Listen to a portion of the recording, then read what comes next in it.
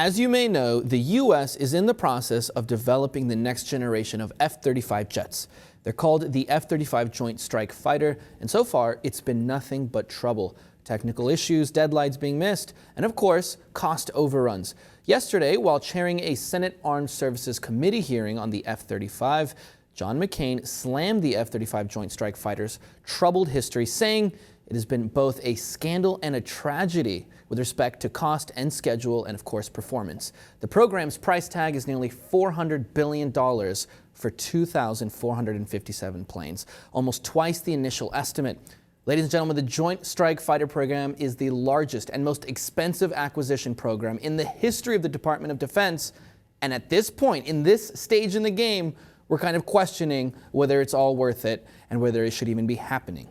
Joe, I think this is crazy. He called the cost overruns disgraceful. I mean, he really slammed the whole F-35 project. I mean, it's unbelievable how much money is being spent. I mean, $400 billion, that's almost $500 billion. And now, that's not how much it was supposed to be in the beginning. That was just where we're at now. So who knows what it's going to be in the end. And let's not forget that they've also estimated that the final F-35, it won't even be delivered until 2040. And when you think about how much things will change by then, yeah, it's just spiraling costs and scheduling delays and one problem after another, and $500 billion.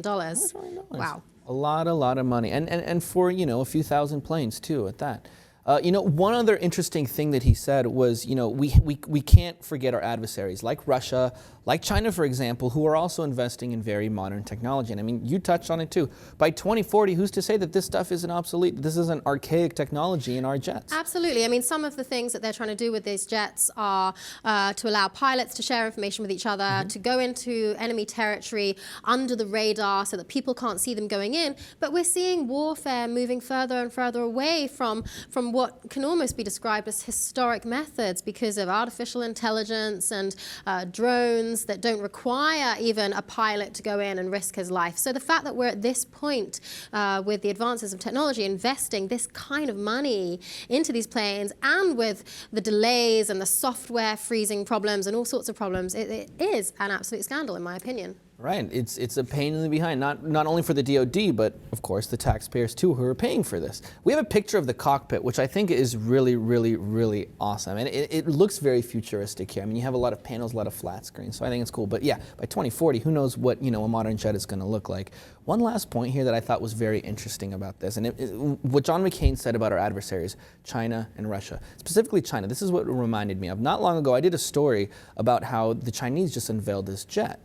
And basically, the U.S. was accusing them of having stolen the ideas from our F-35, saying, no, you guys somehow got our plans and you basically ripped us off completely. So what we're doing is investing billions of dollars making this technology just for the Chinese to rip it off, and then who knows, they're going to sell it to other people for a much cheaper price.